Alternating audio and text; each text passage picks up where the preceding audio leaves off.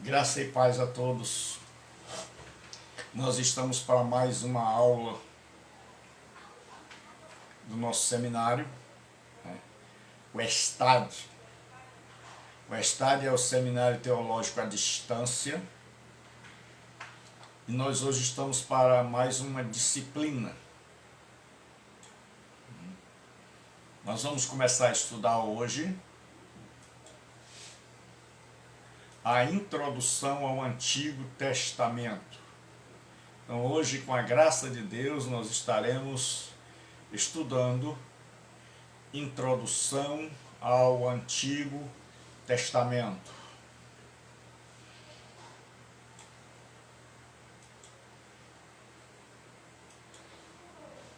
Deus abençoe, Rosalba, Deus abençoe a todos. Nós estamos estudando hoje introdução ao Antigo Testamento. Introdução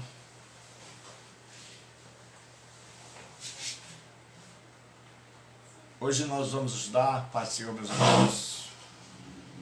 Vamos começar a estudar hoje introdução ao Antigo Testamento.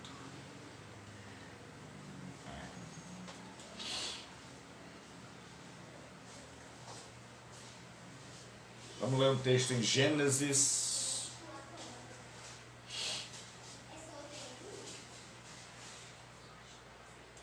Gênesis capítulo 1.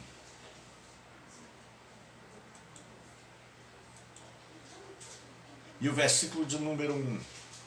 No princípio criou Deus os céus e a terra.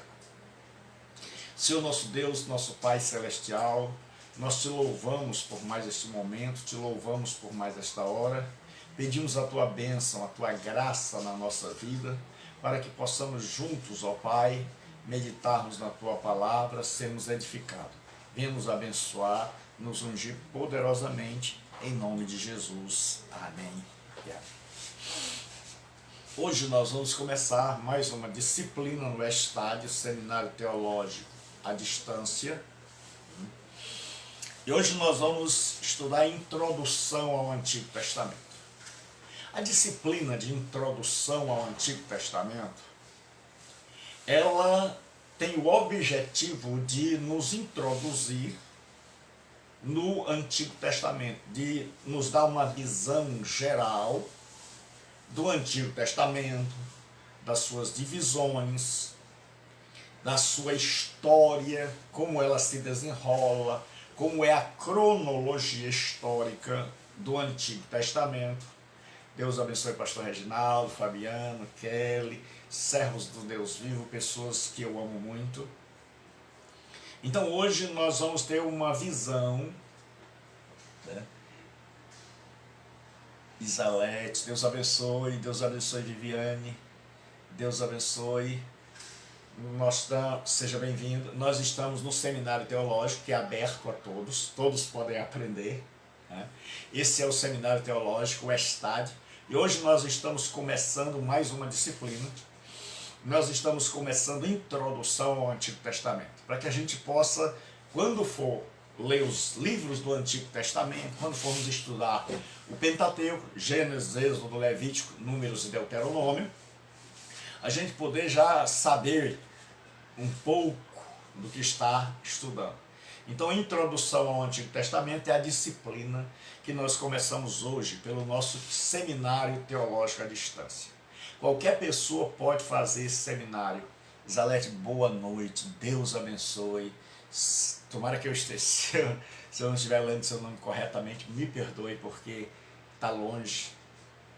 Mas Deus abençoe. Eu sou o pastor Gilberto Rebouças e nós estamos no Seminário Teológico à Distância, o ESTAD. É um seminário que qualquer pessoa pode fazer, de qualquer lugar do Brasil ou do mundo, né? E no conforto do seu lar. Então nós vamos hoje começar a estudar a introdução ao Antigo Testamento. Nós vamos ver os livros do Antigo Testamento. Nós vamos ver que no Antigo Testamento nós temos 39 livros. Estes livros estão divididos em 5 livros da lei, 12 livros chamados de livros históricos, 5 livros chamados de profetas, 5 livros chamados de livros poéticos, né, que vão de Jó a Cântico dos Cânticos, e 17 livros chamados livros proféticos. Então nós temos a divisão do Antigo Testamento em 5 livros da lei, 12 livros históricos que contam a história de Israel, 5 livros poéticos, Salmos, Jó, Salmos, vai até Cantares, e 5 profetas maiores e 12 profetas menores, para fazer um total de 39 livros. Então, quando a gente estuda cada momento do Antigo Testamento, a gente estuda cada livro, como é que esse livro, quem escreveu, em que época, o que aconteceu na história. E hoje, César, Deus abençoe, boa noite. Hoje nós estamos muito felizes com a Isalete estando conosco, né? Então nós vamos começar hoje introdução ao Antigo Testamento. Então nós vamos começar pela história. Nós vamos começar fazendo uma síntese histórica do Antigo Testamento, para que você possa conhecer a história do Antigo Testamento, mas a história em ordem, a história em ordem cronológica, certo? Para que você já possa compreender como, porque os livros, por exemplo, Jó é um dos livros mais antigos, mas Jó está no meio da Bíblia, porque quando foram organizar os livros, fizeram de forma teológica e não lógica. Então, agruparam os livros como história, que eram os principais livros, que é a Torá do judeu, lei, melhor dizendo, história, poesia e profecia. Então, agruparam nesta ordem. Mas a história nós vamos ver. Então, nós vamos começar com o primeiro período. Eu dividi em períodos e logo após eu estarei mandando para vocês o material de aula. Da criação ao dilúvio. Nós vamos começar vendo da criação ao dilúvio.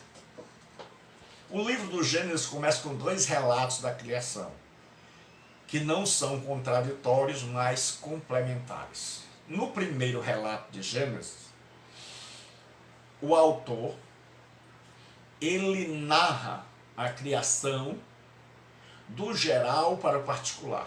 Ele narra que Deus é o Criador e que Deus, sendo o Criador, criou a luz, criou todas as coisas em 6 dias e no 6º dia criou o homem, o Adão, o ser humano. E no capítulo 2 do Gênesis, porque o livro do Gênesis ele tem uma peculiaridade. Ele termina, é como se fosse uma espécie de seriado, e ele termina, porque na verdade o livro do Gênesis era para ser chamado o livro das Gênesis, das origens, que quer dizer origem, começo, princípios. Por quê? Porque o livro do Gênesis, ele termina uma parte, e aí depois, antes dele começar o outro assunto, ele volta, faz uma recapitulação, e aí você vai ver as partes do livro do Gênesis, mas nós vamos ver quando a gente estiver estudando Gênesis. Tem uma palavrinha chamada Toledot, no hebraico, que ela marca as divisões do livro do Gênesis. Então o autor, ele deixa ele escreveu de tal forma que o livro do Gênesis fica inculcado na nossa cabeça. Fica fácil da gente gravar. Então o que que acontece? No primeiro relato da criação, ele vem do geral para o particular. No segundo relato da criação, nós temos agora do particular para o geral. Então, no primeiro ele começa que Deus criou tudo e no sexto dia Deus criou o homem.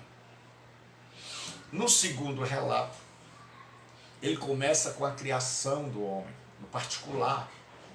E aí ele vai para o geral. Né? Ele mostra que Deus criou tudo para o homem.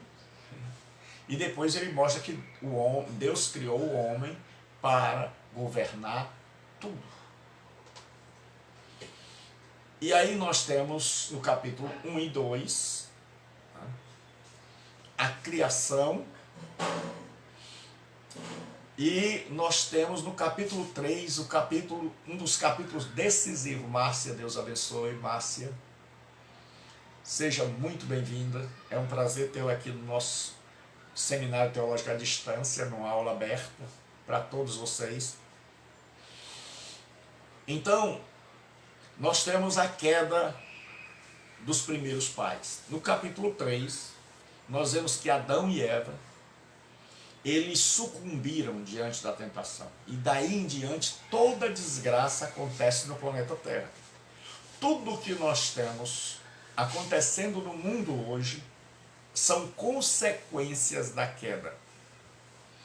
Ou seja, se você está fazendo um protótipo de um carro, e nesse protótipo do carro alguém vem e mexe nele, e esse carro não é mais como o autor original, o construtor, construiu. Aí esse carro vai para uma linha de montagem. Quando ele for para a linha de montagem e vierem os outros carros, esses outros carros vão vir com o mesmo defeito, ou com defeitos piores. Então o que aconteceu? Com a queda, quando o homem desobedeceu a Deus, deu as costas para Deus e resolveu se emancipar, ter sua independência, o que aconteceu? Houve uma ruptura entre o homem e Deus. É como se Deus dissesse: você quer, meu filho, andar sem mim? Você quer fazer a sua vontade? Então eu vou permitir que você faça a sua vontade. Mas só que houve ruptura com o homem, houve ruptura com o meio ambiente, houve ruptura com o restante da criação. A criação ficou debaixo de maldição. Então o que acontece? Hoje nós temos pessoas que já nascem doentes, porque são filhos de Adão e Eva caídos. Hoje nós temos pessoas que nascem sem saúde mental, com retardo. Hoje nós temos pessoas que nascem, crianças, que nascem com paralisia, com membros faltando, com membros defeituosos. Então, tudo isso é consequência da queda, do erro dos nossos primeiros pais, porque assim como o primeiro casal deu defeito, toda a raça humana hoje já nasce com defeito. E só quando nós estivermos no novo céu e na nova terra é que não vai haver mais ninguém com problemas físicos, mentais ou qualquer outro tipo de problema. Porque o homem está rebelado contra Deus. Porque a raça humana está, como Adão e Eva, no estado de rebelião contra Deus. E o Evangelho é isso. O Evangelho é levar a mensagem da reconciliação. Esse homem e esta mulher, esta raça humana que resolveu viver só, que se rebelou contra Deus, precisa se arrepender disso e voltar para Deus começar a curar, a libertar e a nos dar um mundo onde não haverá mais morte, nem pranto, nem clamor. Mas até que tudo isso aconteça, infelizmente nós vamos estar em um mundo que está debaixo de maldição e convivendo com uma sociedade que a gente não pode esperar muito deles, porque estão... Deus abençoe, boa noite. Boa noite, Antônio, seja bem-vindo. Então nós vivemos em um mundo assim. E aí surgem duas descendências. A Escritura vai nos dizer que houve uma primeira ruptura entre família, entre irmãos. Caim mata Abel. Abel era um homem de uma boa índole, Caim de má índole. E Caim mata Abel, e em lugar de Abel, Deus dá Sete. E aí agora nós vamos ter a linhagem de Caim, nos capítulos 4 e 5. No capítulo 4 nós vamos ter a linhagem de Caim. Caim vai ter um filho chamado Lameque, que vai ser o primeiro bígamo, ele tem duas mulheres. E Caim vai criar uma sociedade sem Deus. Uma sociedade hostil a Deus. Uma sociedade onde os princípios de Deus não têm lugar, porque Caim fora banido da presença de Deus. E aí os seus descendentes criaram o que a gente chama hoje de mundo, de sociedade sem Deus. Por isso tem o reino de Deus, porque tem uma sociedade sem Deus. E Lameque, ele foi super violento, e ele gerou filhos, e os filhos de Lameque se tornaram criadores de gado, pecuaristas, se tornaram músicos, artistas, e se tornaram metalúrgicos da indústria.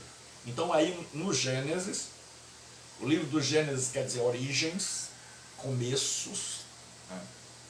Nós temos aí a sociedade de forma embrionária, essa sociedade agora sem Deus, porque Adão e Eva foram expulsos do paraíso, e seus filhos agora têm que criar um mundo sem as leis de Deus, sem Deus.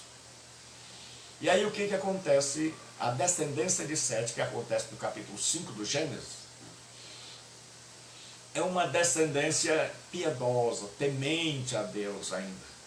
A de Caim é revoltada, a de Sete ainda é um pouco temente a Deus. Mas o que acontece é que no capítulo 6, estas descendências vão se misturar.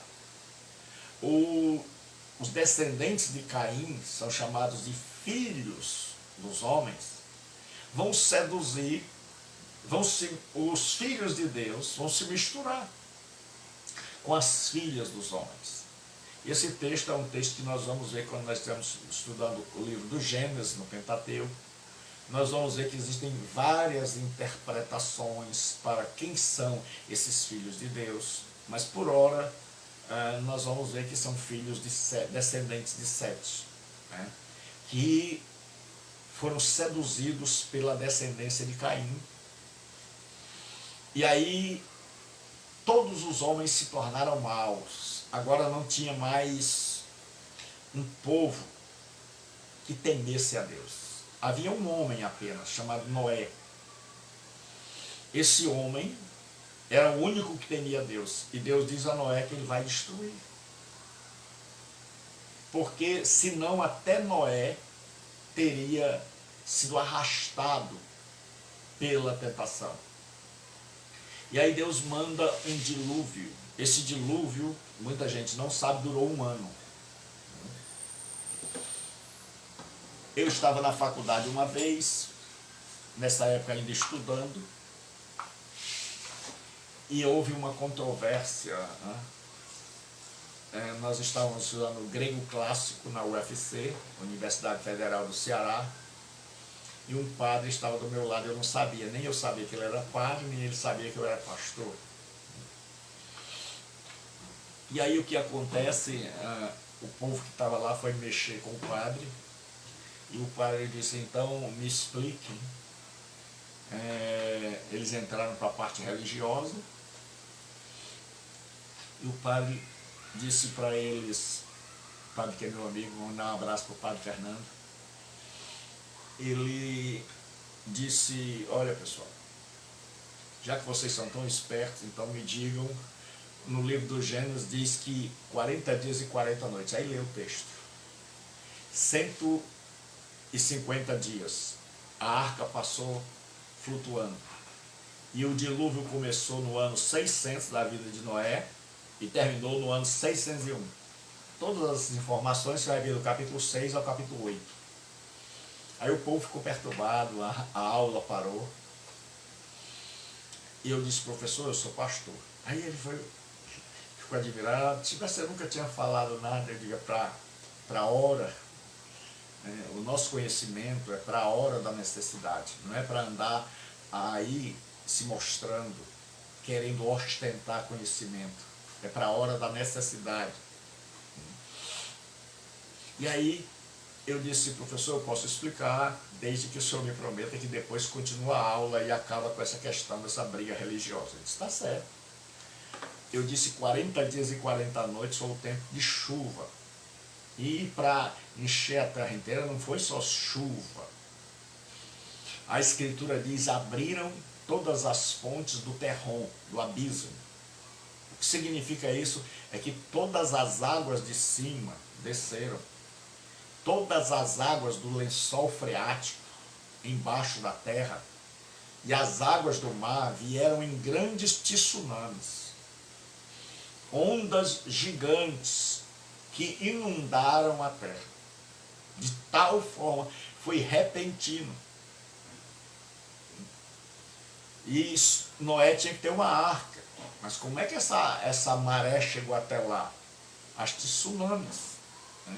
Então, a Escritura diz, todas as fontes do abismo se abriram. E as comportas do céu. Ou seja, veio água de cima, subiram as águas que estão embaixo da terra, chamado lençol freático, e vieram as águas dos mares. O dilúvio nada mais é do que Deus desfazendo o que ele havia feito na criação. Como assim, pastor? Na criação, a Bíblia diz que o planeta todo era coberto por água. Só havia água. E Deus fez com que parte desta água ficasse sobre o firmamento. E esta água condensada nas nuvens, Deus chamou céu. E parte das águas ficaram. Quando parte dessas águas subiram, apareceu a terra, apareceu o elemento seco. Então agora a terra é mais alta que o mar, por conta disso que Deus fez.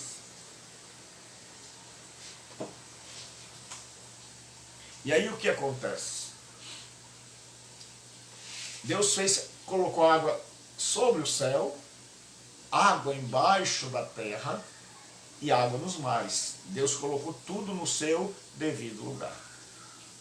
Quando o homem se rebelou contra Deus, Deus simplesmente deixou que tudo voltasse como era antes. As águas de cima desabaram sobre a terra, as águas debaixo da terra subiram e as águas do mar, claro, invadiram a terra. E aí veio tão rápido, tão repentinamente, que o povo dos dias de Noé, que não estava na arca, foi levado pelas tsunamis. Foi levado pela correnteza das águas que invadiram a terra. Esse é o primeiro juízo de Deus. Porque quando todo ser humano se separa de Deus, Deus entra em juízo. Mas aí o que acontece? 40 dias e 40 noites foi um período das águas, chovendo, se romperam tudo. Foi o período da inundação. 150 dias é o período em que pararam, tudo está cheio, e a arca passou boiando, sem ter rumo, tudo coberto, tudo voltou a ser como era antes de Deus começar a sua obra. A terra ficou tomada das águas, e a arca ficou vagando, e Noé dependendo de Deus, porque não tinha um lugar para colocar o pé. E o restante do ano foi para secar. E aí Noé começou a soltar as aves, e essas aves iam e voltavam, um corvo primeiro, e como o corvo é um animal que se alimenta de imundícia, de carniça, ele se alimentou bastante de defuntos que boiavam. Mas Noé soltou uma pombinha. E esta pombinha foi e voltou porque ela não se alimentava. Mas na terceira vez, Lucilane, Deus abençoe, ela trouxe um galho novo de uma planta. Significa que a terra estava seca, a água estava baixando a ponto das árvores começarem a aparecer, e que aquelas árvores que tinham sido inundadas estavam voltando à vida, estavam brotando. Então a pombinha trouxe um galho, um galhinho pequeno de uma planta nova. E aí Noé, aquilo era sinal para Noé de que as águas tinham baixado. E aí Noé sai da arca, ele, a esposa, 3 filhos e 3 noras, 8 pessoas. E aí agora nós vamos ver do dilúvio a Abraão. Então, depois que Noé saiu da arca com os seus filhos, Deus fez uma aliança com Noé. É a primeira aliança da Bíblia. É o primeiro pacto. É a primeira berit. Deus fez uma aliança com Noé. No mundo antigo era comum você ter contratos de aliança. Tinha uma pessoa que era grande, importante, poderosa, então ela podia resolver unilateralmente, ou seja, só da parte dela, doar terras para outro. E aí ela fazia um contrato, isso chamava-se aliança, berit, em hebraico, ou um pacto. Clésia, Deus abençoe, seja bem-vinda. Tibúrcio, Deus abençoe. Então o que acontecia? Naquela época era comum as alianças. E tinha aliança unilateral, só de um lado, onde um senhor bondoso, um rei bondoso, resolvia dar terras para alguém. Então ele fazia um contrato, e ele assinava e pronto. Existiam as alianças bilaterais. Alianças onde 2 pessoas, que era o que é chamado na antiguidade de contrato de suzerania. Havia um suzerano era um rei maior, e aí os reis menores, com medo de ataque de outras potências, se aliavam àquele rei maior e faziam um contrato. Prometiam obediência em troca de proteção. E prometiam pagar tributos em troca de proteção. Então havia um contrato. Então, e havia uma marca para lembrar daquele contrato. Então Deus faz uma aliança com Noé, chamada de aliança noética. Nessa aliança, Deus diz que não vai mais destruir a terra com água, porque ele viu que não adianta mandar água, mandar castigo, os homens não se arrependem. E se a cruz do Calvário, o sacrifício da cruz não falar o meu coração, não mudar o meu coração, nada mais pode mudar. E aí Deus faz um pacto com Noé de nunca mais derramar as suas águas de juízo sobre a terra. E para lembrar que Deus tem um pacto com Noé, que Deus coloca o arco-íris que já existia, só que agora o arco-íris que já existia, porque muita gente pensa que Deus criou o arco-íris naquela época. E aí quando a pessoa, o filho vai, muita gente não quer estudar a Bíblia, aí ele fica imaginando que o arco-íris passou a existir a partir daquele dia.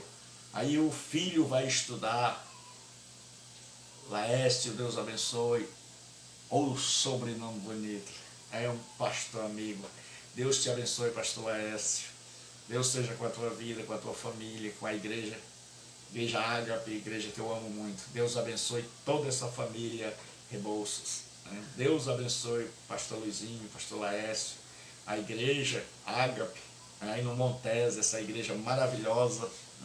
Deus abençoe. Pastor Laércio, se quiser colocar o endereço da igreja aí, eu divulgo, meu irmão. Deus abençoe, é uma honra ter aqui. Então, se você mora no Montese, eu sugiro que você vá à igreja Batista Ágape, a igreja onde o pastor Laércio pastoreia. Eu recomendo, é um homem de Deus, do bem, e um grande amigo, um grande irmão. Então nós estamos, pastor Laércio, no seminário teológico à distância, seminário onde a pessoa pode fazer sem sair de casa. Então nós estamos hoje na introdução ao Antigo Testamento e vendo uma visão panorâmica e a história do Antigo Testamento. Então nós vimos que Deus fez uma aliança com Noé, e essa aliança Deus tomou algo que já existia. Nas alianças Deus nunca inventa nada, ele sempre pega algo que já existia. Então Deus pega o arco-íris, porque no hebraico só tem arco, não tem a palavra íris. Ao Disney, Deus abençoe, ao Disney. Então Deus toma o arco que já existia e dá a ele agora um significado. O significado é que aquele arco é o símbolo que vai lembrar a Noé de que ele está em aliança com Deus e que esta aliança garante que Deus não vai mais destruir, porque Deus é maravilhoso. Porque Deus, muita gente pensa que ao ler a Bíblia só vai encontrar anjo, só vai encontrar nuvens. Deus abençoe, meu querido irmão Disney. Muita gente que não conhece a Bíblia pensa que lendo a Bíblia vai encontrar só coisas etéreas, assim, de espíritos, de anjos, de gente de branco. Mas a Bíblia fala mais da terra do que do céu. Mas a Bíblia é um manual para dirigir as nossas vidas. Já imaginou? Noé passou por uma espécie de tsunami. As águas de cima descendo, as águas de baixo subindo, as águas do mar invadindo a terra, repentinamente tudo foi varrido. E aí Noé, agora a arca pousa. Noé e sua família devem ter ficado traumatizados, com medo de qualquer neblina, com medo de qualquer chuva. Deus abençoe, Ladiana. Então Noé fica traumatizado, agora ele está com medo. E para curar a alma de Noé, Deus chega e diz: olha, Noé, eu vou colocar esse arco aqui. Agora, o arco-íris vai significar o símbolo da aliança que eu tenho contigo, de que eu nunca mais destruirei a terra pelas águas, como fiz. Você pode ficar descansado. E agora Noé está relax, porque Deus é o grande terapeuta. Porque o Ministério da Saúde Espiritual adverte: ler a Bíblia faz bem a todo o nosso ser. Quando você lê a Bíblia, você desenlouquece. Você começa a se situar na vida, você começa a ter chama. Deus chega para Noé, porque Deus não quer um povo todo surtado, um povo todo adoecido, mas Deus quer gente que possa andar com Ele com o coração em paz, apaziguado, celebrando a vida.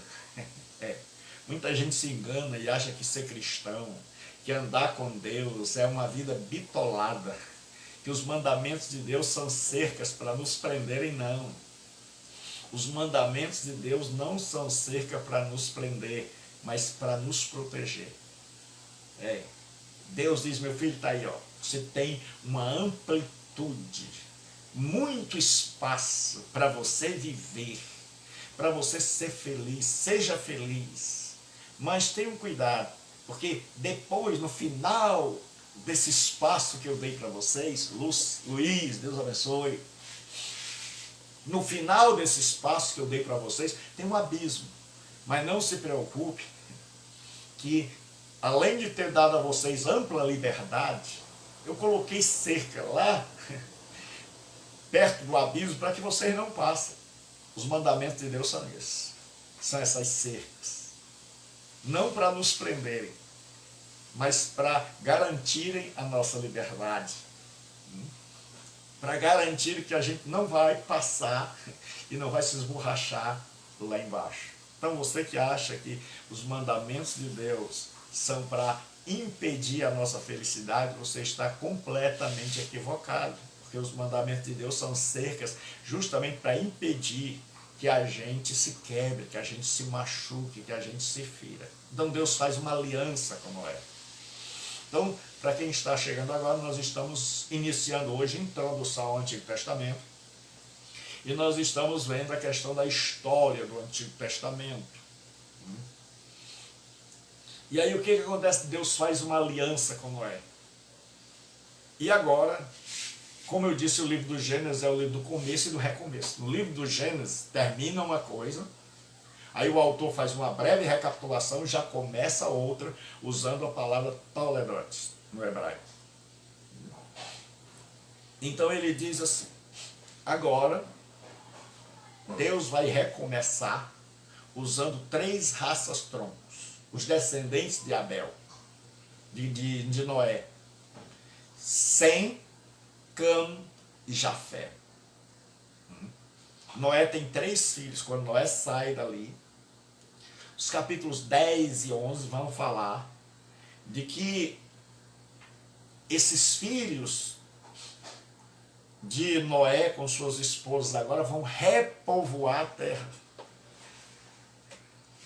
E agora as famílias vão sair de Sem, os semitas, de Cam, os camitas, e de Jafé, os jafetitas. Só que esse povo está todo unido. E Deus chega para Noé e seus filhos e diz, olha, crescei, multiplicai-vos e enchei a terra. Olha, Deus é maravilhoso. Se eu fosse você, eu leria a Bíblia. Mas eu leria com cuidado, não só para desencargo de consciência.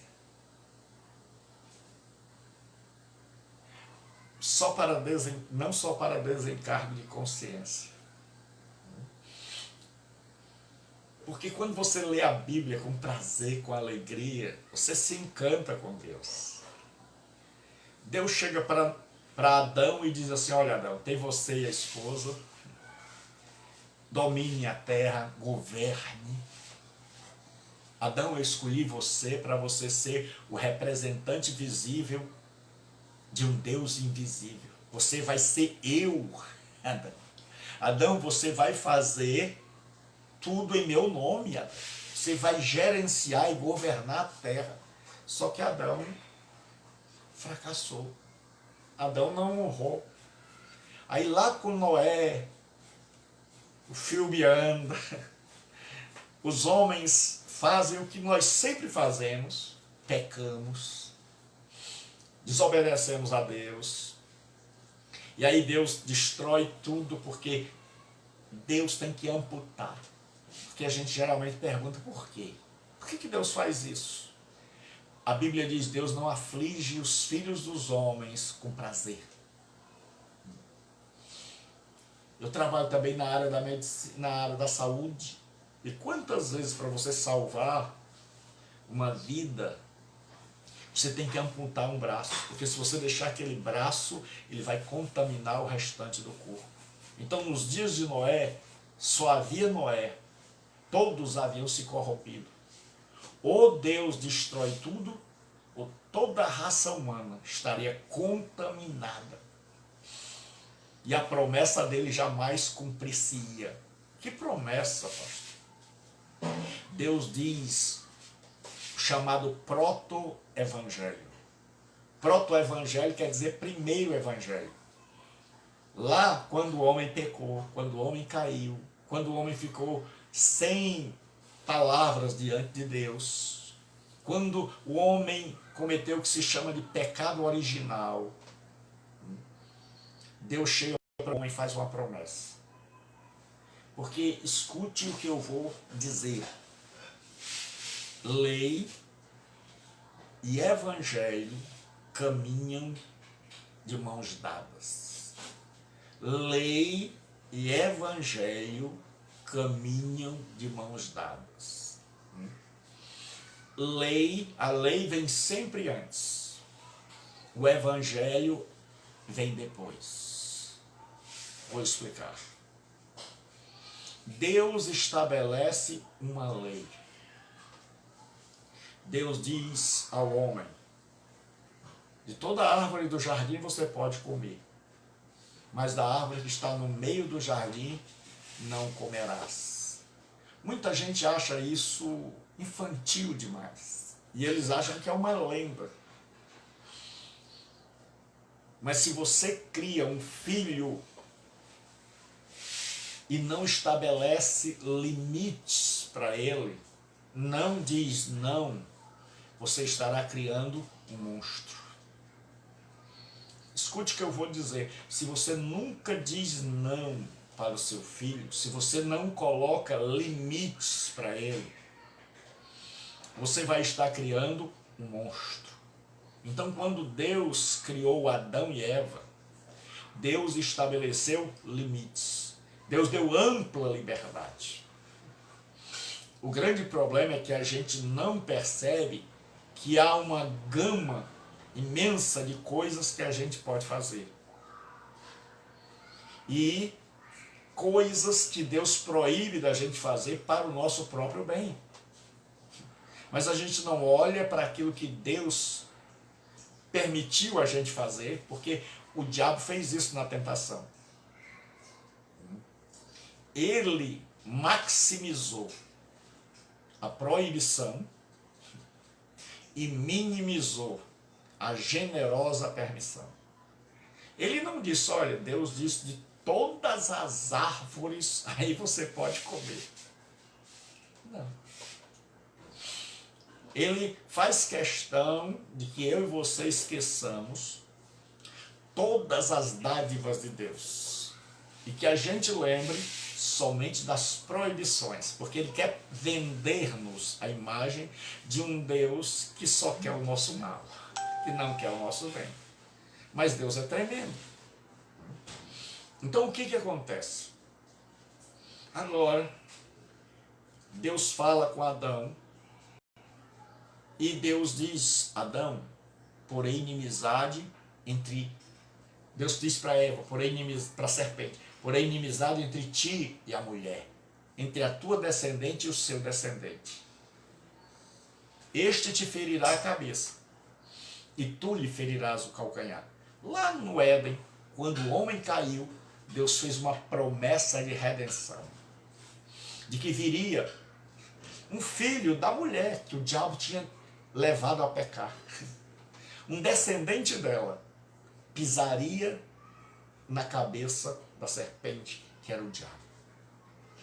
E o diabo sabe que Deus não brinca, que Deus não fala por falar. E aí agora nós temos o evangelho começando. Mas o evangelho vem sempre depois de uma lei, que eu disse. Deus disse: não coma do fruto da árvore que está no meio do jardim, do bem e do mal, porque no dia que dela comeres, certamente morrerás. O homem foi lá e desobedeceu. E aí, depois da desobediência, que esse homem está debaixo de condenação, vem o Evangelho. E o que é o Evangelho? O Evangelho é a boa notícia, a boa nova, para aqueles que quebraram a lei, para aqueles que estão... É uma notícia alvissareira, é uma notícia maravilhosa, é uma notícia encantadora, é uma notícia tremenda de um Deus bondoso e maravilhoso. Adão e Eva estavam agora desesperados, perdidos, expulsos do paraíso, têm a primeira boa nova, recebem o primeiro evangelho. Aquela mulher está se sentindo culpada, arrasada, enganada, ludibriada. Agora Deus diz, e aquela serpente, o diabo que está se sentindo feliz, vitorioso, triunfante, que acabou com a raça humana, Deus chega para aquela serpente e diz, porém inimizade entre ti e a mulher. Você não alcançou uma colega, você não alcançou uma aliada, eu porém inimizade entre ti e a mulher, entre a tua descendência e o seu descendente. Este te ferirá a cabeça. E daquele dia em diante o diabo ficou preocupado com todo ser humano que nascia do sexo masculino, porque podia ser o descendente da mulher. E agora a mulher sabe, apesar de eu ter pisado na bola, apesar de eu ter sido enganada, ludibriada, estar aqui para baixo, Deus chega e diz, da tua semente, eu vou trazer o Salvador. Eu vou usar uma mulher para dar luz ao Salvador. O Salvador vai nascer de uma mulher, Eva. E aí o coração de Eva fica agora, coisa boa. Porque Deus é especialista em curar nossa alma. Deus é especialista em tirar tristeza. Deus é especialista em trazer paz, que é tudo que a gente precisa. Tem um monte de gente que tem dinheiro, mas não tem paz. E só Deus dá paz de verdade, porque Ele traz consolo para aquilo que nos aflige lá nas entranhas. Então o que acontece agora? Voltando lá para Noé, o homem pecou mais uma vez. Lá o caso de Adão não foi suficiente, nós não aprendemos, a gente pensa, né, e a mãe da gente fala tão bem de nós, que nós somos maravilhosos, que nós somos seres parecidos com anjos, mas a nossa mãe está completamente enganada a nosso respeito. Eu e você não somos estas criaturas maravilhosas. Como disse Protágoras, que o homem era a medida de todas as coisas. Coitado daquele filósofo. Então, o que acontece? Deus resolve começar tudo de novo. Deus, na sua santa paciência, ele diz, Noé, você e seus filhos se espalhem pela terra, encham a terra, dominem a terra. Aquilo que eu comecei com Adão, que não deu certo, porque vocês aí são carne de pescoço. Porque a gente pensa que o pessoal da Bíblia era gente diferente de nós. Mas era tudo igual a mim e a você. Se você ler a Bíblia, você vai descobrir que tudo era carne de pescoço. Tudo era gente que dava trabalho e que só Deus para aguentar. Porque o grande herói da Bíblia não é Abraão, não é Moisés, é Deus. É Deus que é paciente. Aí Deus chega e diz, olha, vamos começar de novo. Vocês erraram, vamos começar de novo. Por isso que eu digo, o livro de Gênesis é começo e recomeço. Vamos recomeçar? Aí diz assim, essas são as origens, é o Toledote. Começa tudo de novo. Aí começam as 3 raças. Aí naquela época não tinha capítulo e versículo. No capítulo 11 você vai ver, dizendo que havia uma só língua. Mas se você ver o capítulo 10, vai haver a descendência de Sem, a descendência de Jafé e a descendência de Cam, entre o capítulo 10 e 11. E o capítulo 10 está ali no meio. Porque os capítulos foram acrescentados à Bíblia muito tempo depois. Michael, Deus abençoe. Margarida, Deus abençoe. Sejam bem-vindos ao Seminário Teológico. Hoje nós estamos começando a introdução ao Antigo Testamento.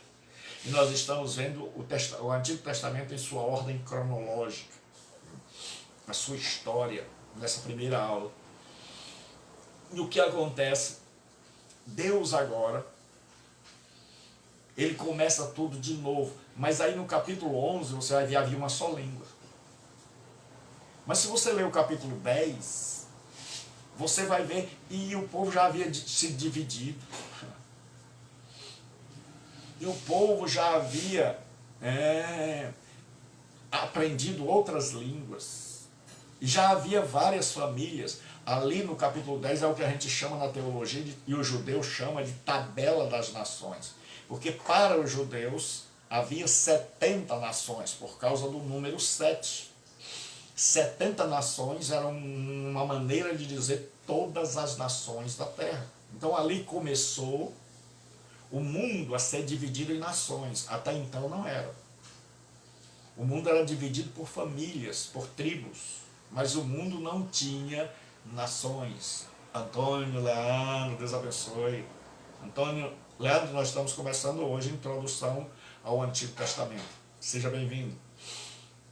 Então o que acontece? O capítulo 11, ele vem antes do capítulo 10. No capítulo 11, conta-se de que o ser humano, em seu estado de pecado, porque o capítulo 11 vai ser o ápice do pecado. O pecado que começou lá em Adão e Eva. Porque geralmente a gente pensa que o meu pecado, que o seu pecado, não vai afetar os outros. Que só afeta a nós. Mas é um equívoco, um engano. Porque quando você começa a errar, vai trazer consequência para os outros. O que acontece? O erro de Adão trouxe consequências para todos nós. O erro do povo antediluviano trouxe consequências para todos nós. Mas esse pecado que começou lá em Eva, em Adão, ele passou para Caim, passou para os seus descendentes. Deus traz o dilúvio. Mas o dilúvio não resolve o pecado. Não remove o pecado, porque o pecado está agora dentro do ser humano. E aí o que acontece? Deus agora, esse povo está dividido, e esse povo agora está numa maldade tão grande, que agora o povo resolve fazer um zigurate, era uma torre para tocar os céus. E alguns acadêmicos, eruditos, acham que eles queriam conquistar até o céu. Eles imaginavam em sua sandice, em sua loucura, que podiam conquistar os deuses. Que podiam fazer uma torre tão alta que pudesse invadir o lugar dos deuses e conquistá-los. E aí Deus olha e diz assim: vinde, desçamos. Muita gente do teísmo aberto, né, imaginou que Deus deixou de ser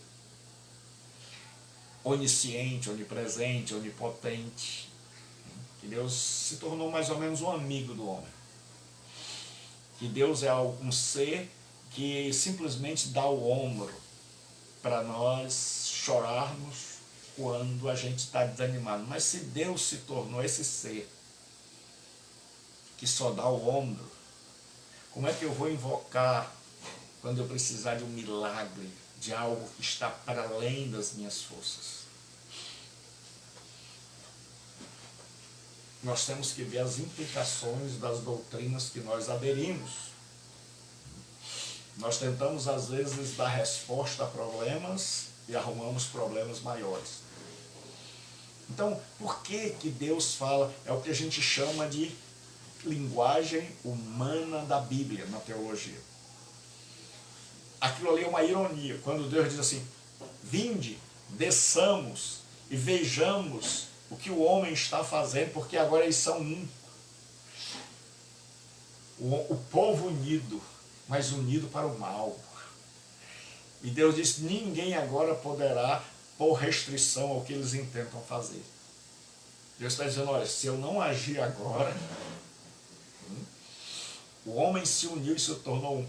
Por que Deus disse, vinde e desçamos e vejamos? Deus está dizendo, eu sou tão grande, porque lá embaixo, o ser humano achava que aquela torre iria tornar o seu nome célebre, o seu nome inesquecível. Desde a antiguidade, os homens têm a noção de eternidade, porque faz parte da nossa Constituição, porque Deus não criou a mim e a você para a gente se acabar, para a gente terminar virando comida de vermes, para a gente acabar só uma ossada dentro de um caixão, não. Então, o que os homens faziam? Eles criavam grandes monumentos, até hoje fazem isso, e colocavam lá seus nomes. Irmã Fátima, Deus te abençoe, um abraço para o irmão Pedro. E é ele que ele precisa fazer, né? Está conosco aqui estudando a palavra de Deus mais ainda. Então o que acontece é que os homens fizeram uma torre, e eles queriam tornar o seu nome célebre, seu nome imortal. Todo homem tem esse desejo de ser imortal. Só que eles esquecem, e nós esquecemos, que não somos nós que temos a imortalidade, é Deus. Que o meu nome numa placa de um edifício, de uma grande construção, que eles imaginavam duraria para sempre, não garante a minha eternidade. Garante a minha lembrança, que alguém vai lembrar de mim, mas não garante a minha eternidade, porque a eternidade é dádiva de Deus, porque a eternidade só Deus tem, e Ele dá a quem lhe faz, a quem busca sua vontade. Rafael, Deus abençoe. Então o que acontece agora? Quando Deus diz, vinde e desçamos, ali é uma ironia. Deus está dizendo, eles acham que é tão grande, que essa torre é tão grande, mas para mim é tão pequena que eu preciso descer. É uma linguagem irônica, que eu preciso descer, vamos descer para ver, não estou enxergando. O que para o homem é enorme, para Deus é diminuto.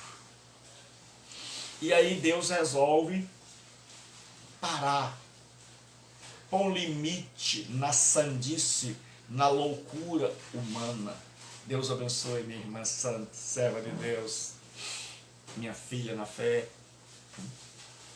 Então, é Deus que põe um ponto final na loucura humana.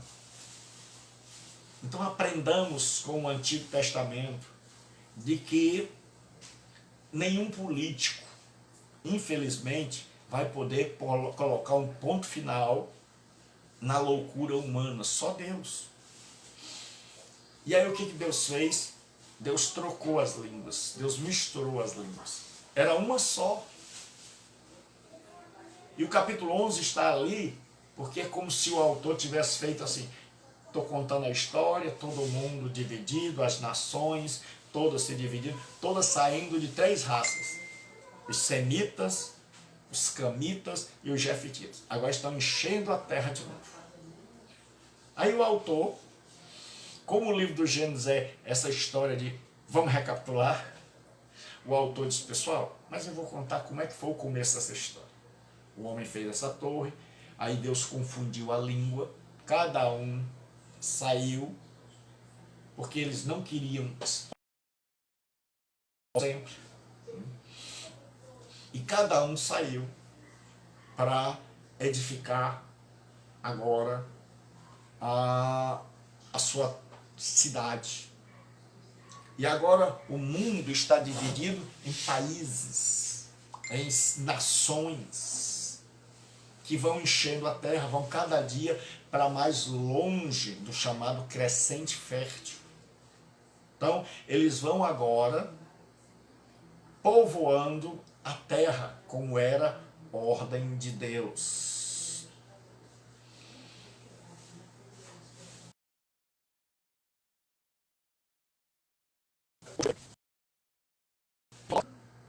Setenta nações, para falar que existem 70 nações. E essas nações, elas estão fora de sintonia com Deus.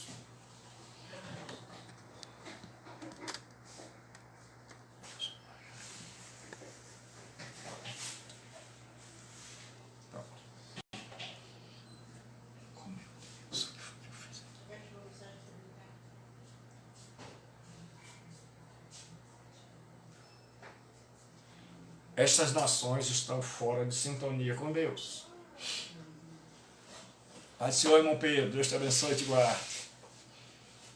Então, agora dessas 70 nações que estão alienadas de Deus, Deus vai chamar um homem. Porque o pecado chegou a um ponto da raça humana querer invadir o céu.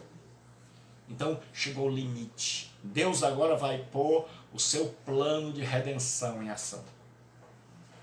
Deus havia feito um plano antes da fundação do mundo. Apocalipse 13:8 diz que Jesus é o Cordeiro que foi morto antes da fundação do mundo. Por isso nós dizemos na teologia que antes de Deus dizer haja luz, ele disse haja cruz. Deus já tinha elaborado um plano, sabendo que esse homem não é digno de confiança, sabendo que nós sempre aprontamos, sabendo que nós sempre estamos escorregando. Deus já tinha um plano para nos redimir, para nos salvar.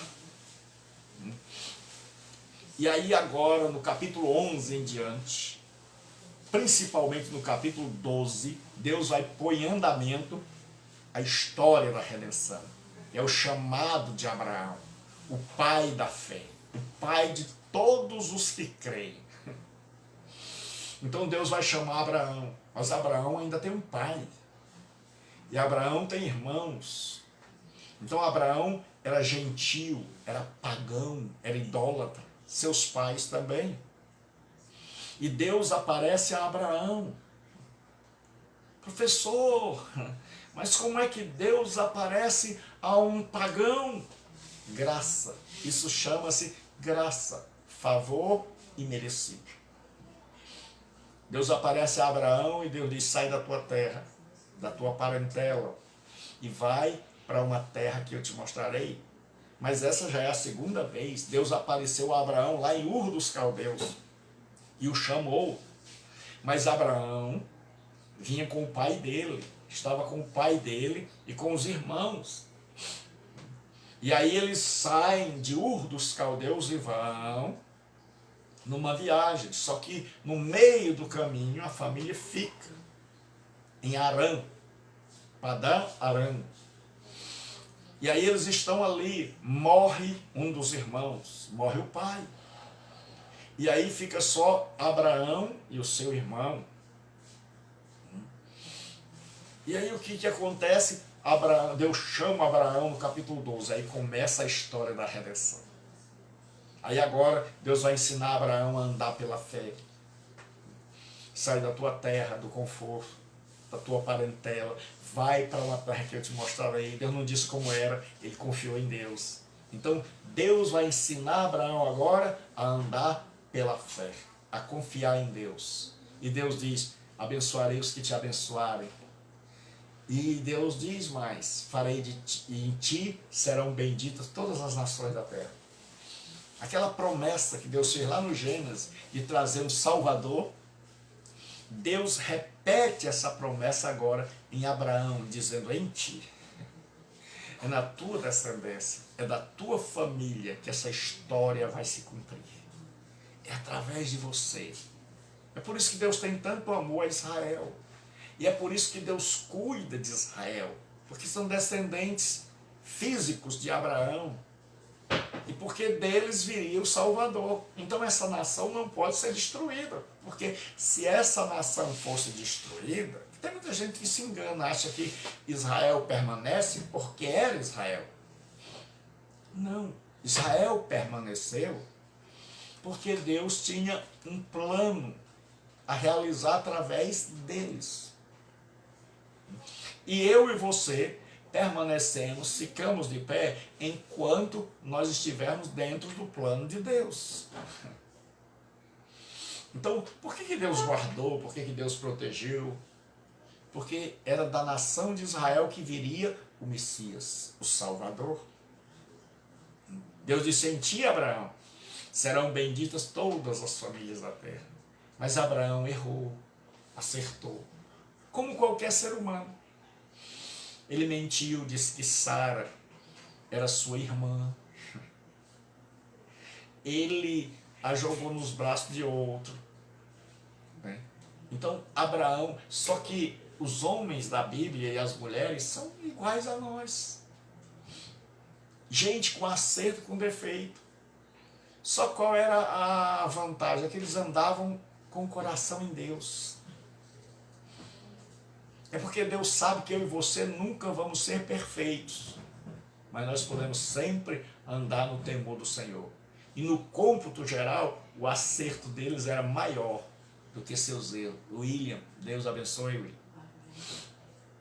Então Deus chama Abraão. E agora vai ensinar Abraão e a grande história de Abraão oferecendo Isaac. E aí Deus começa a inculcar na cabeça do povo de Israel, desde o Gênesis, né, a doutrina da substituição. São dois animais que morrem para cobrir Adão e Eva, porque Deus faz veste de pele e não dá para tirar a pele de animal sem matar. Então, se deduz que Deus matou animais inocentes para cobrir Adão e Eva. Depois, lá no Êxodo, nós vamos ver um cordeiro morrendo para dar vida aos primogênitos. Antes, nós vamos ver um cordeiro inocente morrendo no lugar de Isaac. Depois, nós vamos ver animais morrendo para dar vida à nação de Israel no dia do Yom Kippur, que era o dia do perdão. Depois, em Isaías, já não são mais animais. Diz: o castigo que nos traz a paz estava sobre ele. Agora é o homem, é o Messias, é o Hamashiach, é o Messias. Então agora a revelação de Deus, ela vai crescendo. Então o que acontece? Deus chama Abraão. E Abraão não tem filhos. E Deus chama Abraão com 75. E ele vai andar 25 anos com Deus. E só com 100. Quando Abraão olha para a mulher e vê que a mulher não tem mais condição de gerar filhos. E ele olha para o seu corpo já amortecido e vê também que não pode gerar filhos.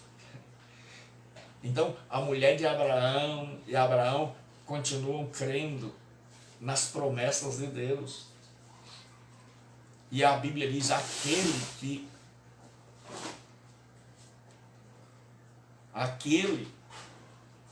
que chama a existência o que não existe como se já fosse.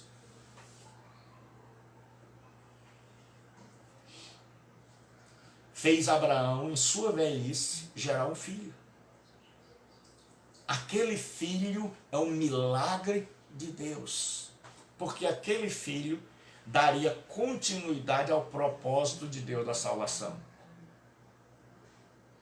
de enviar o Redentor por meio de Abraão, porque a salvação é um grande milagre, é uma transformação que Deus faz na minha vida e na sua, e esse milagre nenhuma religião pode fazer.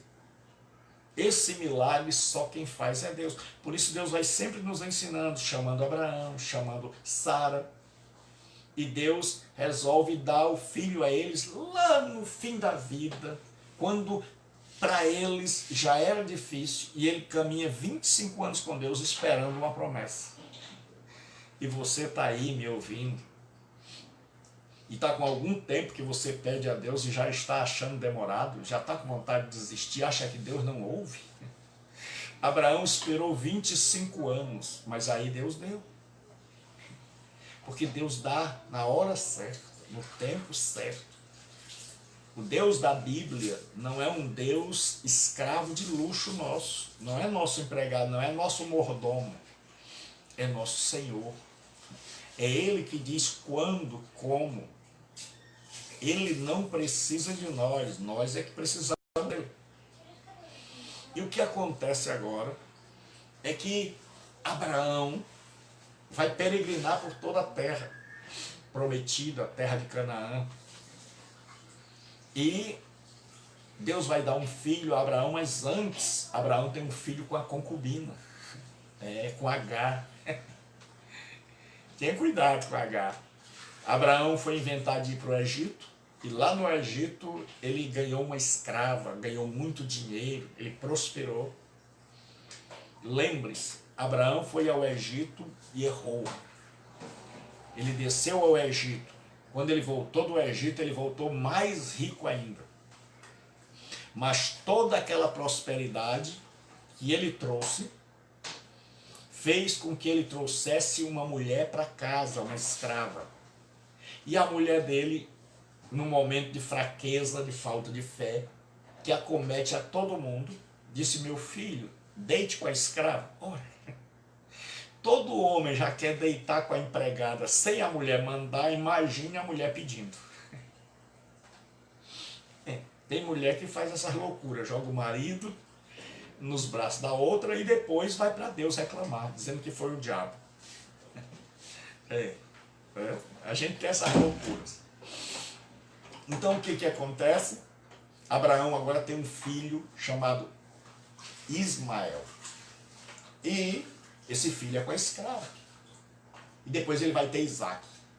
E aí esses dois meninos não vão se bater. Esses dois meninos são de natureza diferente. Tem natureza diferente. E hoje, até hoje eles brigam. Você vai ver os árabes e os israelitas. Os árabes são descendentes, em parte, de Ismael. E aí você vê, eles começaram brigando, estão brigando até hoje. Porque as consequências... Deus, preste atenção no que eu vou dizer. Deus perdoa o pecado. Meu erro, teu erro. Deus perdoa. Agora, as consequências do erro, Deus não tira, não. Deus não tira as consequências do erro. Então, quando Abraão gerou um filho fora do casamento, com a escrava, e deixou dentro de casa, e depois teve que ter um rompimento traumático de mandar a escrava embora com o filho, esses dois meninos que se tornariam duas nações diferentes, que haveriam um desdobramento, eles vão ser inimigos. E são inimigos até o dia de hoje, e não tem quem faça paz entre eles, a não ser quando Jesus vier. Mas até lá, Israel e o povo árabe vai estar em guerra. Eles são inimigos. Porque isso vem lá do início. E aí o que acontece? Abraão agora tem esse filho, e Abraão vai ceder lugar para o Isaac. Aparece o Isaac, e o Isaac recebe as bênçãos de Abraão. E Isaac agora vai gerar dois filhos. Isaac vai casar, Abraão vai mandar lá na terra de onde ele saiu buscar uma esposa. E aí traz uma esposa para casar com Isaac, Rebeca. Isaac agora casa com Rebeca, e agora eles vão ter dois filhos também. Esaú, e que vai se chamar também de Edom. Por isso seus descendentes são chamados de Edomitas. Esaú, porque ele era peludo, e Edom, porque ele era vermelho. Porque ele trocou a sua primogenitura, melhor dizendo, por um guisado vermelho. Então ele foi se chamar Edom. Então, ele é chamado de Esaú, ou Edom. E os seus descendentes são os Edomitas. Então, o que acontece? Nascem dois filhos. Esaú e Jacó. E eles são gêmeos, mas a Bíblia diz que eles vêm mexendo no ventre da mãe, e é como se fosse uma briga, como se eles estivessem brigando lá dentro. Então eles já nascem em animosidade. E aí Deus diz, olha, eu vou usar o menor e não o maior. E aí eles nascem e Yaakov, que é o nome de Jacó no hebraico, ou Yaakov, ele nasce segurando no pé, porque o nome Jacó significa aquele que segura pelo calcanhar. Mas a ideia é que ele segurava no calcanhar, porque o judeu, ele dá um nome, ele descreve o que ele está vendo. Então, quando viram Jacó sair, o Esaú sair primeiro e o Jacó agarrado no calcanhar, colocaram o nome dele de Yaakov, que quer dizer aquele que segura pelo calcanhar, mas no desejo de subir, de sair primeiro, dizendo assim, desce que eu vou sair primeiro.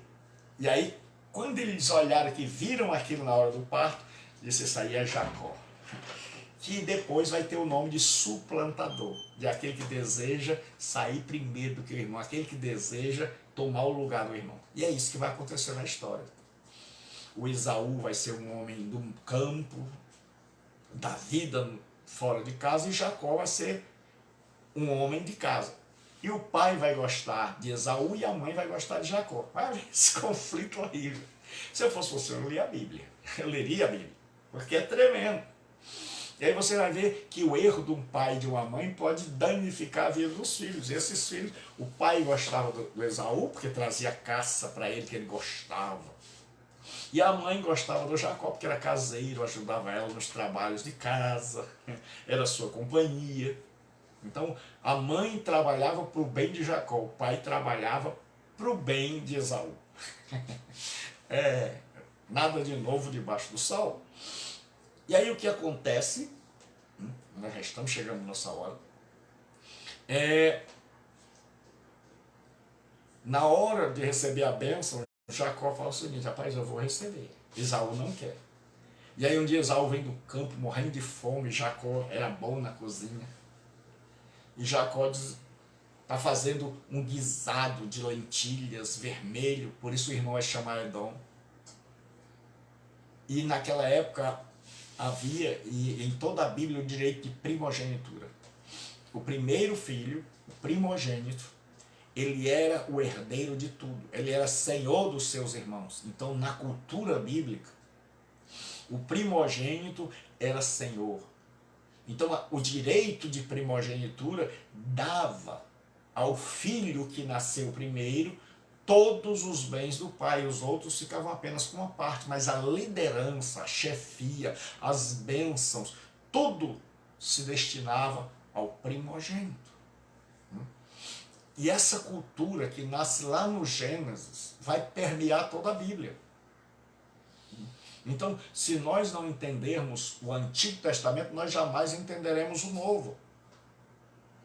Porque essa cultura de primogenitura como senhorio é da Bíblia, é do Gênesis. Por que o homem foi colocado como cabeça do lar? Porque foi o primeiro.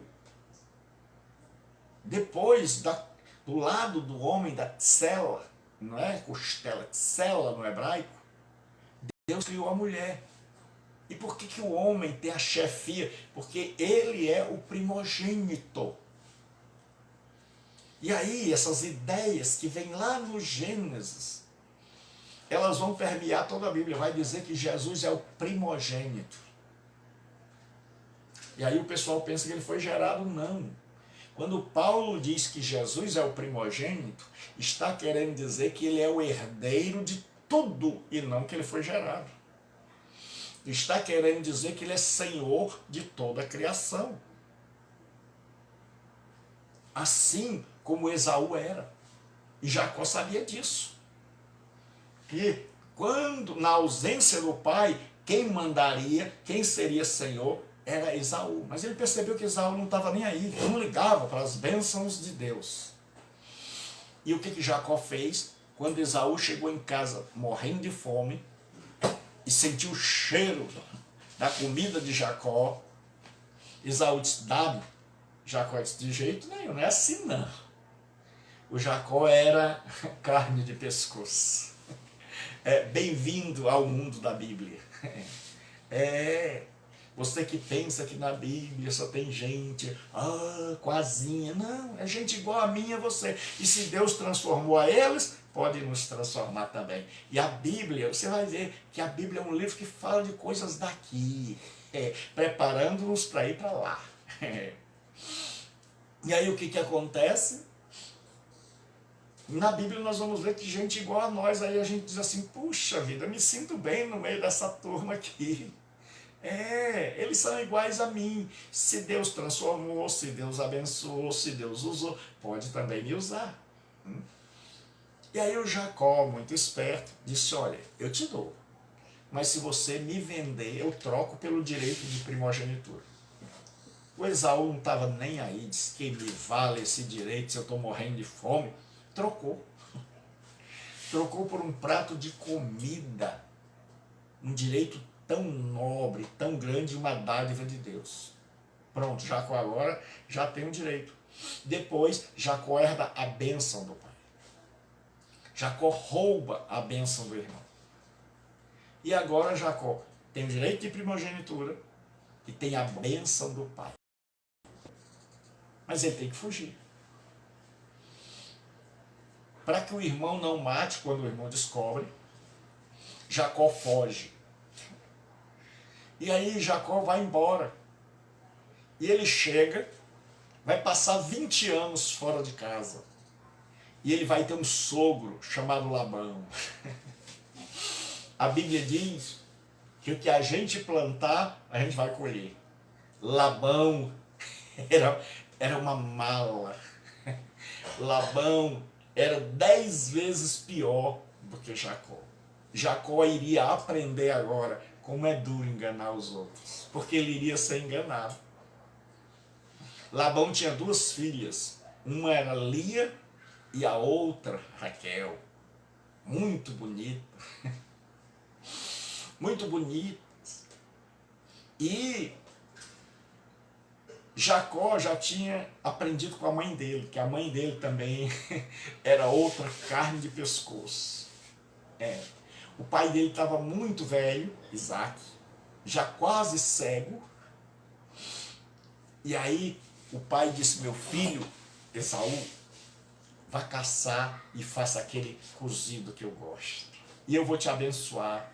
E aí você vai receber todo o direito da herança, da primogenitura. O pai nem sabia que ele já tinha vendido a primogenitura. E aí a mãe ouvindo, disse, Jacó, vem cá. Jacó, teu irmão, vai receber. Jacó, teu pai vai dar ele. O pai queria abençoar aquele, a mãe não. A mãe é assim que muitos pais fazem. Então tenha cuidado para não errar. Então o que acontece? Jacó disse, mas mamãe, o meu irmão é todo cabeludo, eu sou liso, mãe. Mamãe, e quando meu pai ouvir a minha voz, vai desconfiar. E aí, ao invés dele me abençoar, vai amaldiçoar. Porque naquela época, filho ainda tinha temor do pai. Respeitava pai e mãe, coisa que hoje não se faz mais. Então o que aconteceu? A Rebeca disse, olha meu filho, toda maldição cai em cima de mim, não se preocupe, vai lá no rebanho, pegue uma ovelha, mate, que eu vou preparar um guisado aqui para o seu pai. E com a pele da ovelha ela botou em cima dos braços de Jacó. E ele disse, meu filho, mas quando o papai te chamar, eu vou botar a camisa do teu irmão, camisa suada dele que está ali.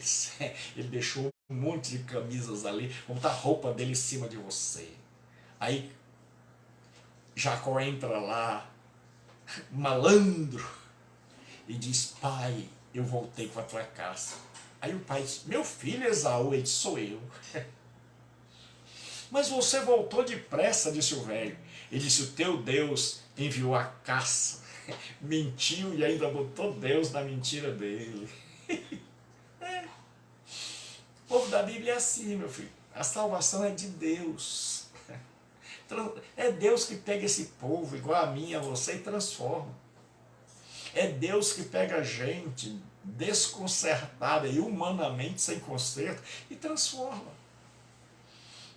E aí Jacó chega e diz, teu Deus. Aí o pai desconfiado, está quase cego, mas vem cá para eu te apalpar, passa a mão. É a pele da ovelha que a Rebeca tinha feito. A Rebeca era muito esperta. E ele disse, não, o velho ainda está desconfiado, diz, vem cá, baixa aqui que eu quero falar no teu ouvido. O velho queria sentir o cheiro. Quando o velho disse, é o cheiro do meu filho, porque ele estava com a roupa. Aí abençoou. Quando o outro chegou, o velho estremeceu na cama e disse, quem é você? Ele disse, eu sou teu filho. Não, veio um aqui e tomou tua bênção. Aí o Esaú ficou mordido e disse, não é por isso que ele se chama Jacó? Não é por isso que ele é enganador, é suplantador? É por isso que ele quer passar a perna em mim desde que nasceu? E aí ele diz, eu vou matar Jacó. Então o Jacó tem que fugir. Só que o Jacó enganou o pai, enganou o irmão. E agora o Jacó vai lá para um homem chamado Labão. Agora ele vai aprender. E aí o Labão, o Jacó chega lá, vê que o homem tem duas filhas. Uma, Lia ou Leia, quer dizer vaca moxa. Ela era desprovida de beleza. Mas a outra, Raquel, era muito bonita. E o Jacó ficou apaixonado pela Raquel. Só que naquele lugar lá, havia naquela época a bigamia, poligamia. E aí o Jacó ficou doido pela Raquel. E o Jacó disse, olha meu sogro não, olha meu tio, eu quero trabalhar 7 anos para me casar com a tua filha, Raquel. O Labão, muito esperto, disse, tá bom, meu filho. Naquela época tinha um dote. Aí a Bíblia diz que ele trabalhou 7 anos como se fossem poucos dias, pelo muito que a amava. Quando foi no dia do casamento, a noiva veio com véu, era de noite, todo escuro. Eles fizeram uma festa muito bonita. Jacó foi para a lua de mel. E Jacó passou a noite namorando. Quando foi de manhã, Jacó descobriu que tinha sido enganado. Como dói ser enganado. Jacó descobriu que o velho, tio dele, tinha botado a filha mais velha, que não era tão atraente. E Jacó ficou com raiva. E agora ele está aprendendo que é enganando e sendo enganado. E o que o homem planta, o homem colhe. Ele vai lá falar com o sogro, que agora é tio e é sogro, e diz, mas como é que pode, o senhor me enganou, eu trabalhei pela Raquel. O velho malandro diz assim, meu filho, aqui não é assim, você não sabe das coisas por aqui. Aqui a filha mais nova não casa primeiro não. Primeiro a gente casa a mais velha. Agora você trabalha mais 7 anos e eu te dou também a mais nova.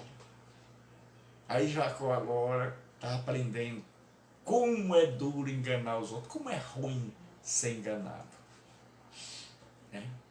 Como dói, como é triste. Ele trabalhou 14 anos agora pelas esposas.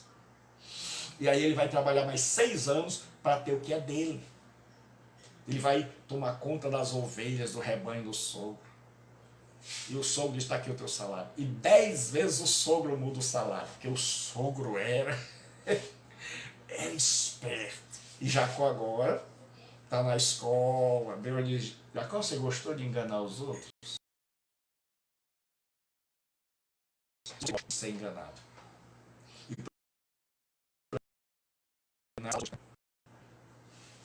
Cuidado. Porque se a gente engana hoje, amanhã a gente é enganado. Porque nós estamos todos na escola de Deus. E Deus nos ensina. Deus diz: você gosta de enganar? Você gosta de mentir?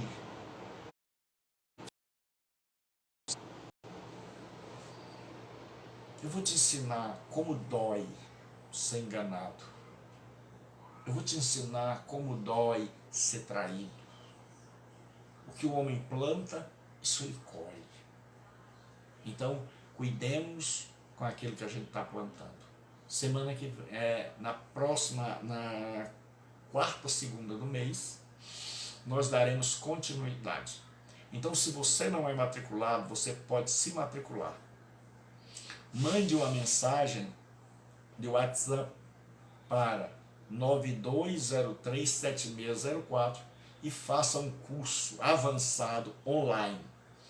Você pode fazer esse seminário teológico à distância, você pode fazer aqui, terça-feira, quinta-feira, sempre às 20 horas, segunda de cada mês e quarta segunda de cada mês. Basta você mandar. Aí você diz: professor, pastor, mas eu não posso fazer esse curso às 20 horas, porque eu tenho trabalho na igreja, chego tarde. Você pode fazer a hora que você quiser. Ele vai ficar gravado aí. Fica gravado aqui, fica gravado no meu canal lá no YouTube, Gilberto Rebouças, tudo minúsculo. E aí, quando você vê isso gravado lá, você pode assistir só meia hora, só 15 minutos, você pode assistir de manhã, de tarde, de noite, você não é obrigado a estar aqui. Porque o EAD, que é o ensino à distância, é assim, o aluno é que é o interessado. O professor dá aula, esta aula fica gravada e o professor e o aluno estuda se ele quiser. Então ele vai ter oportunidade de estudar de manhã, de tarde, de noite, a hora que ele quiser. Então mande uma mensagem para 92037604. E ao final da aula, que vai ser agora, eu vou deixar embaixo aí, assim que eu salvar, o número. Pode você esquecer, 92037604, é só o WhatsApp. Né? Então mande a mensagem com um e-mail, seu nome completo, que eu responderei como é que faz para se matricular. Então Deus abençoe. Amanhã ao meio-dia nós temos um estudo da Palavra de Deus. Ao meio-dia por aqui. Então Deus abençoe. E se você quer se matricular de qualquer lugar do mundo, de qualquer estado desse Brasilzão, se você quer aprender a Palavra de Deus, nós estamos começando mais uma disciplina. Está na hora. Deus te abençoe. Até amanhã ao meio-dia. De segunda a sexta ao meio-dia, o estudo bíblico imperdível. Então, divulgue aí. Deus abençoe. Até amanhã.